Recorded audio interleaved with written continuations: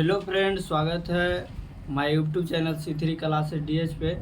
तो मैं आप सभी के लिए लाया हूँ बायोलॉजी का फर्स्ट चैप्टर, जिसका नाम है जय प्रक्रम, जिससे आपका बिहार बोर्ड 10th में 2025 के लिए VVI रहेगा। और मैं इसमें से 16 क्वेश्चन है आज, जो आपके बिहार बोर्ड 10th के लिए VVI क्वेश्चन रहेगा, जो हर साल पूछता है, उसे मैं लाया हूँ। तो इससे और भी क्वेश्चन होगा तो अगले वीडियो में आपको प्रोवाइड कर दिया जाएगा, बट आपको आज के लिए इतना ही 16 क्वेश्चन ही मिलेगा। तो चलिए, वो कौन कौन सा क्वेश्चन है जो बिहार बोर्ड 2025 के लिए VVI रहेगा। तो चलिए पहला क्वेश्चन की ओर चलते हैं। तो पहला क्वेश्चन है कि प्रकाश संश्लेषण की क्रिया होती है।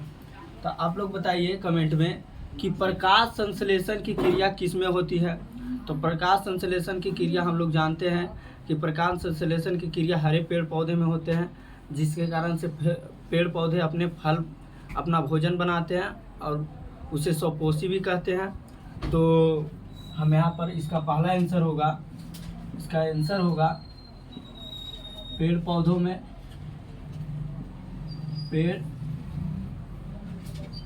में अब दूसरा क्वेश्चन की ओर चलते हैं। तो ग्लूकोज के एक अणु में ऑक्सीजन के कितने परमाणु होते हैं। आप लोग बताइए कि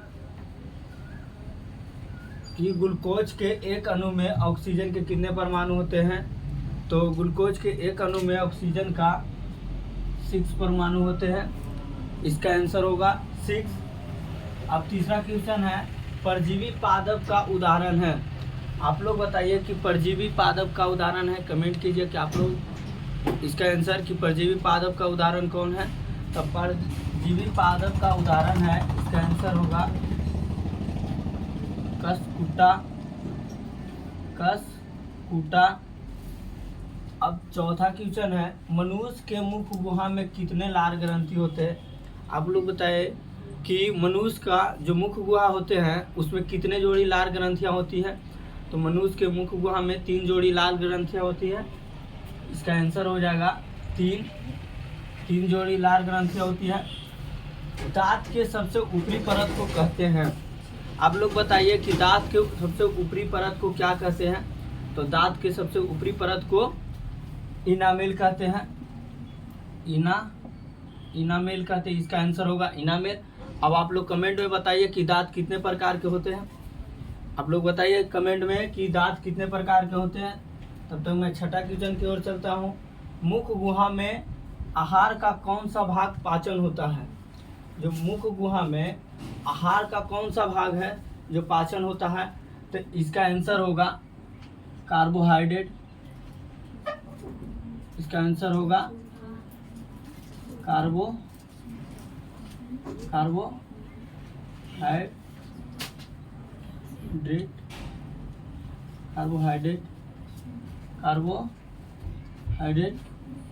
अब सातवां क्वेश्चन है स्वपोषी पोषण के लिए आवश्यक है।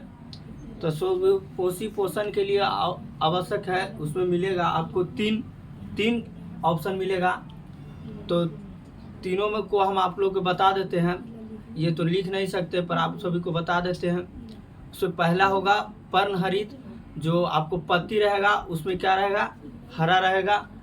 और दूसरा रहेगा सूर्य का प्रकाश, और तीसरा होगा CO2। और इसमें जो 7वां क्वेश्चन है उसमें तीनों बता दिए।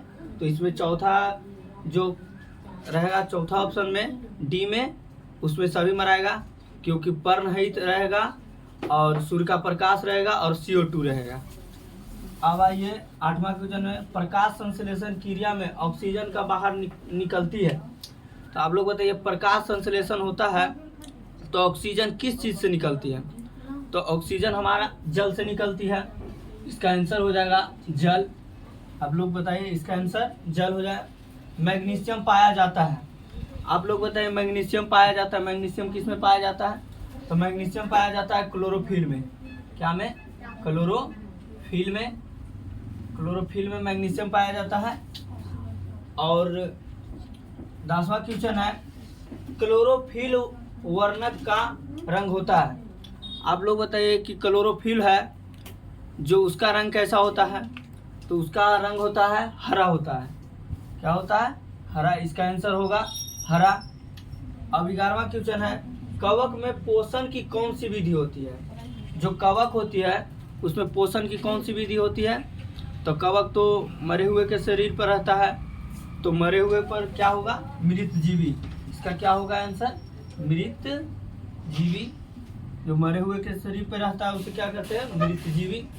पत्तियों में गैसों का आदान प्रदान कहाँ से होता है? आप लोग बताइए कि पत्ती है उसमें गैस का आदान प्रदान किससे होता है? तो उसका रंध्र होता है। पत्तियों के बीच में क्या होता है? रंध्र होता है, उसके द्वारा ही होता है। तो इसका आंसर हो जाएगा रंध्र के द्वारा। रंध्र के द्वारा। अब 13वां क्वेश्चन है, शरीर का सबसे बड़ी ग्रंथि कौन है? आप लोग बताइए कि शरीर का सबसे बड़ी ग्रंथि कौन है? तो शरीर का सबसे बड़ी ग्रंथि है यकृत ग्रंथि। इसका आंसर होगा यकृत ग्रंथि। यकृत ग्रंथि।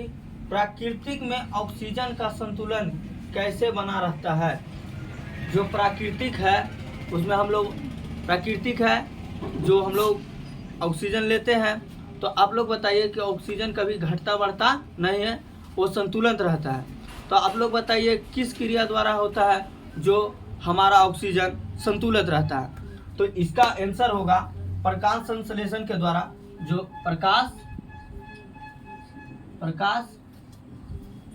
संश्लेषण के द्वारा, प्रकाश संश्लेषण के द्वारा हमारा जो होता है, जो ऑक्सीजन एकदम संतुलित रहता है, जिससे हम लोग को सांस लेने में कोई भी कठिनाई नहीं होती है।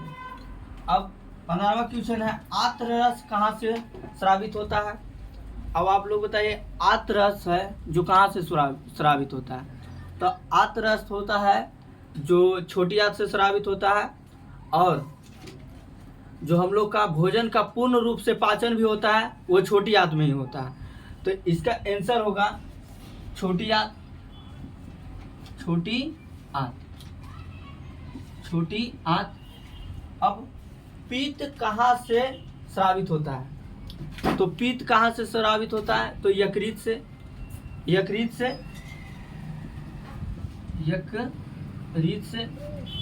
इस प्रकार आप सभी को बायोलॉजी का फर्स्ट चैप्टर का सॉल्यूशन मिला। तो आप लोग कमेंट में बताइए कि आप सभी को ये क्लास कैसा लगा। अगर क्लास बढ़िया लगा तो इसको लाइक कीजिए, सब्सक्राइब कीजिए तथा शेयर कीजिए। जी थैंक यू।